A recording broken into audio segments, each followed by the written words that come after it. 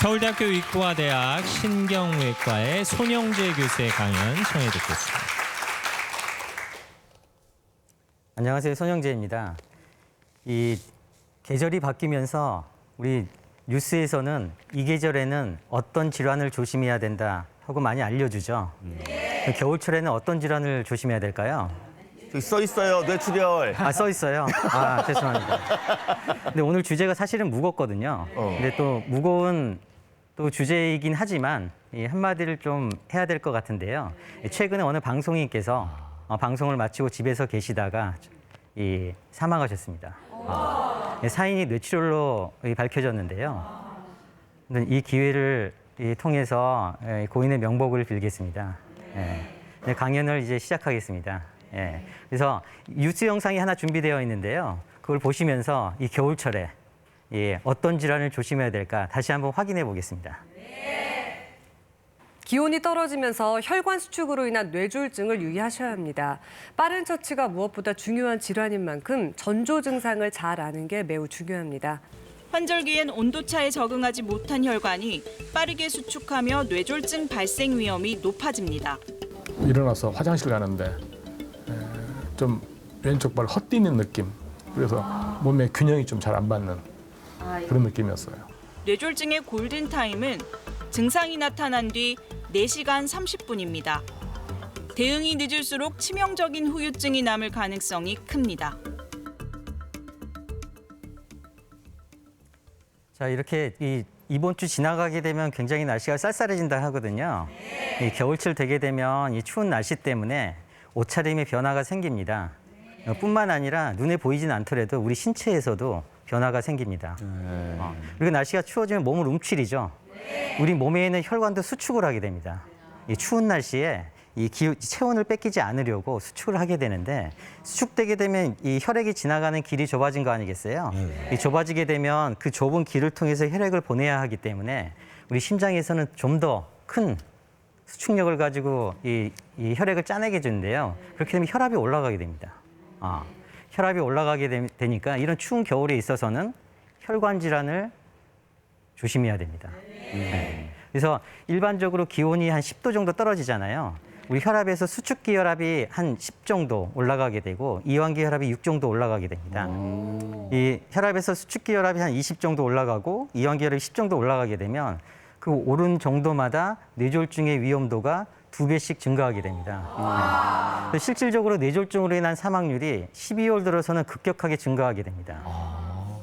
그래서 이 뇌졸중 중에서도 뇌출혈이 뇌경색보다는 사망률이 3배에서 4배 정도 높습니다. 근데 지금 말씀하신 그 뇌 관련 질환이 뇌출혈, 뭐 뇌졸중, 뇌경색 얘기를 하는데 사실은 그게 어떤 건지 차이점을 잘 모르겠어요. 많은 분들이 많이 헷갈려 하시죠.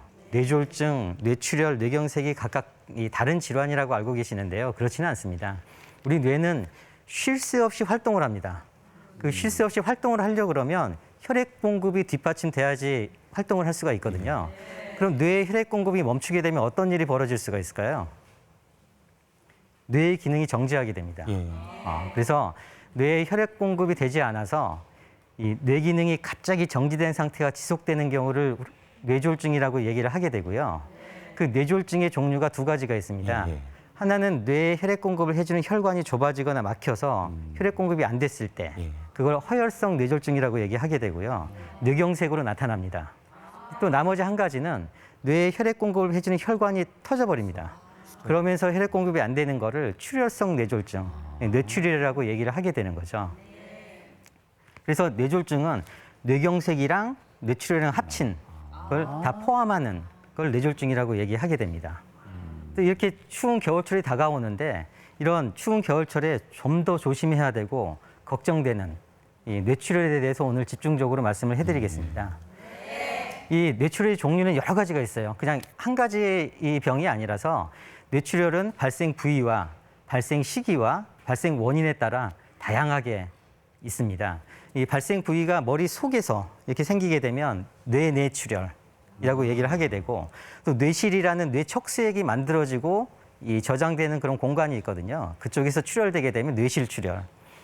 우리 뇌를 싸고 있는 막이 3막이 있습니다. 연막, 지주막, 경막이라는 게 있는데 뇌 경막 바깥쪽에서 출혈이 생기게 되면 뇌 경막 외출혈, 경막 아래에서 출혈되게 되면 뇌 경막 하출혈. 그리고 그전 시간에 말씀드렸던 뇌동맥류가 터져서 나타나는 뇌 지주막 아래 공간에서 피가 터지는 뇌 지주막과 출혈로 나눌 수가 있고요. 발생 부위가 아주 다양하군요. 예, 그렇습니다. 그 발생 시기에 따라서 급성 출혈, 아급성 출혈, 만성 뇌출혈로 이게 나눌 수가 있고요. 또 발생 원인에 따라서 외상성 뇌출혈, 또 자발성 뇌출혈로 나눌 수가 있습니다. 그 외상성 뇌출혈은 말 그대로 머리를 다쳐서 나타난 출혈이고요. 자발성 뇌출혈은 다른 말로는 비외상성 뇌출혈이라고 얘기하게 되는데 그 머리를 다치지 않고도 이게 출혈이 나타날 수가 있습니다. 그래서 여기에서 이제 뭐 뇌 경막 외출혈, 경막 하출혈 여러 발생 부위별로 나눠져 있는데 그게 발생 원인에 따라서 우리 흔히 호발되는 그런 이 부위가 또 따로 정해져 있습니다. 기본적으로 자발성 뇌출혈은 이 뇌 안쪽에서 생기는 출혈이거든요. 그 뇌 안쪽에서 생긴 출혈을 뇌뇌출혈이라고 말씀드렸잖아요. 뇌뇌출혈의 80%가 이 고혈압이나 아밀로이드 혈관병이라는 뇌혈관 질환에서 발생을 하게 됩니다. 그래서 머리를 다치지 않고도 그런 거에 영향을 받아서 뇌출혈이 일어날 수가 있습니다. 그래서 자발성 뇌출혈에 가장 많이 차지하는 것은 사실은 고혈압성 뇌출혈인데요. 이 고혈압성 뇌출혈은 말 그대로 혈압이 올라가서 이 뇌출혈이 발생하는 겁니다. 그 어느 60대 환자분이 응급실을 찾아오셨습니다. 그래서 응급실에서 진단을 했는데 물론 이제 한쪽 편에 마비 증상으로 오셨는데요. 이 고혈압성 뇌출혈 진단을 받았습니다. 근데 가족분들은 평소에 고혈압이 있어서 고혈압 약을 계속 복용을 하고 있었는데 왜 뇌출혈이 생길 수 있느냐 하고 그런 질문을 하셨어요. 근데 이 고혈압 환자들은 혈관의 탄력성이 고혈압이 아닌 사람에 비해서 굉장히 떨어집니다. 그래서 이런 추운 겨울철에는 뭐 바깥 기온도 춥지만 이 실내외 기온차가 크잖아요. 갑자기 추운 곳에 나가게 되면 아까 말씀드렸듯이 혈관이 갑자기 수축하면서 혈압이 확 올라가게 되면 이렇게 탄력성이 떨어진 이 혈관을 가진 고혈압 환자들은 이 쉽게 터질 수가 있습니다. 약을 먹더라도 그런다 그렇습니다. 말씀이시죠. 그래서 고혈압 환자들은 그걸 조심해야 됩니다. 아니 그러면 그냥 고혈압 있는 환자들이 걸리는 거니까 고혈압 뇌출혈을 하면 되는데 고혈압성 뇌출혈이라고 꼭 붙인 이유가 뭐 있나요? 이 고혈압성 뇌출혈은 이 특이한 양상이 있긴 있는데요. 고혈압 환자 대부분 다 고혈압성 뇌출혈을 보이는 환자 대부분이 다 고혈압이 아닙니다. 한 70% 정도만 이 고혈압이고요. 물론 이제 고혈압성 뇌출혈을 갖고 있는 환자분들 중에서 평소에 자기가 고혈압이 있는지 없는지도 모르시면서 지내신 분들이 물론 많긴 하지만 이 고혈압성 뇌출혈이라고 해서 전부 다 고혈압을 기저질환으로 갖고 있지는 않단 말이죠. 고혈압 환자가 아니어도 마음을 놓을 수 없다는 예, 얘기군요. 그렇습니다. 그래서 겨울철에는 더욱이 조심하셔야 되고요. 어떤 전조 증상이 있다 그러면은 우리가 그걸 조심해야 된다 말씀을 드리겠지만 이 고혈압성 뇌출혈은 전조 증상도 없고 또 흔히 말하는 골든타임도 없어요. 그래서 고혈압 아까 종류 여러 가지 있잖아요. 그런 발생 부위와 출혈량과 또 기저 질환에 따라서 경과가 굉장히 다릅니다. 어떤 분들은 뭐 병원에 도착하기 전에도 사망하신 분들이 계시고 병원에 빨리 왔어도 사망하신 분들이 계시고 또 반면에 증상이 굉장히 경미해서 본인이 뇌출혈인지 모르고 지나가신 그런 분들도 꽤 많습니다. 출혈이 됐는데도 모르고 그렇습니다. 지나갈 수 예. 있어요. 그래서 이런 고혈압성 뇌출혈의 증상 자체는 발생 부위와 출혈량에 따라서 굉장히 달라집니다. 운동이나 감각들 담당하는 부위에 생기게 되면 팔다리 마비가 생기고 언어 담당하게 되면 말 잘 못하게 되고 눈에 보이는 거는 시각 담당이면 눈이 잘 안 보이게 되고 어떤 분들은 뭐 의식을 잃고 쓰러지거든요. 그런 거는 의식을 담당하는 부위에 출혈이 생겼거나 어느 부위에 생겨서 출혈량이 많게 돼서 뇌압이 높게 되면 의식을 잃고 쓰러질 수가 있습니다. 그래서 이제 이 어떤 마비를 증상으로 응급실에 오신 분들 보게 되면 반드시 이 뇌졸중 증상이잖아요. 한쪽편 마비 생기게 되면 응급실에서 이제 반드시 CT 검사를 해야 됩니다. 뇌졸중 증상이긴 하지만 뇌경색이랑 뇌출혈은 굉장히 다른 겁니다. 막힌 거랑 터진 거랑 굉장히 다르잖아요. 치료도 다르기 때문에 반드시 CT를 찍어서 그게 뇌출혈인지 아니면 뇌경색인지 확인을 하셔야 됩니다. 이 뇌 CT 사진을 보시게 되면 왼쪽 편이 정상인 거고요. 이 뇌경색이라고 써져 있는 부위에 보게 되면 까맣게 된 부위가 뇌경색인 부위고 네. 하얀 게 출혈입니다. 출혈. 그래서 이 뇌내출혈이라고 돼 있는 게 이 전형적인 고혈압성 뇌출혈을 보여주고 있는 거고 지주막하 출혈은 이 뇌 지주막하 공간에서 이게 뇌동맥류가 터져서 나타난 지주막하 출혈을 이렇게 보여주고 있어서 저런 출혈의 종류에 따라서 맞춤형 치료를 해야 됩니다. 환자 증상이 경미하게 되면 약물 치료를 하게 되고요. 뭐 체온 조절도 해야 되고 혈당 조절해야 되고 물론 이제 혈압은 낮춰야겠죠.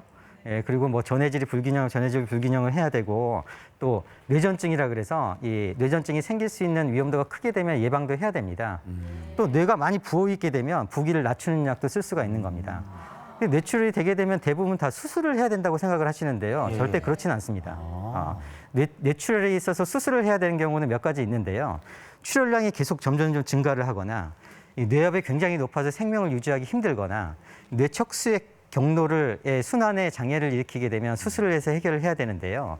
뭐 수술은 종류는 다양하게 있을 수 있지만 출혈된 부위에 구멍을 뚫어서 관을 집어넣어서 출혈된 부위 피를 뽑아내는 그런 이 수술도 있지만 출혈량이 굉장히 많아서 뇌압이 굉장히 높게 되면 두개골을 굉장히 크게 절개를 하고 피를 뽑아내고 하는 감압 수술을 반드시 받으셔야 됩니다.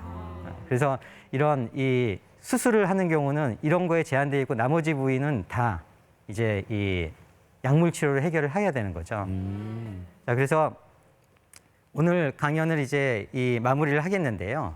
이 질병관리본부에 의하면 지난 10년간 겨울철에 심내혈관 질환 사망률 자체가 한 23% 증가됐습니다. 가뜩이나 뇌졸중 중에서도 뇌출혈이 뇌경색보다 사망률이 높다고 했는데 겨울철에는 더 높아지겠죠. 그래서 고혈압 환자들은 반드시 혈압 관리를 철저하게 하셔야 되고요. 이 추운 곳에 갑자기 본인 신체가 노출되는 것을 반드시 피해야 됩니다. 그리고 그렇다 하더라도 너무 또 안 나가시고 운동을 안 하시면 안 되고요. 꾸준한 운동을 하시되 실내 운동을 좀 하셨으면 좋겠고 또 이 금연 금주하고 체중 관리하는 건 기본입니다. 그래서 오늘 주제가 무통 장수, 뭐 무병 장수 그게 가장 이상적인 거죠. 하지만 병이 있더라도 잘 관리를 하시게 되면 유병장수 하실 수 있습니다. 네, 감사합니다.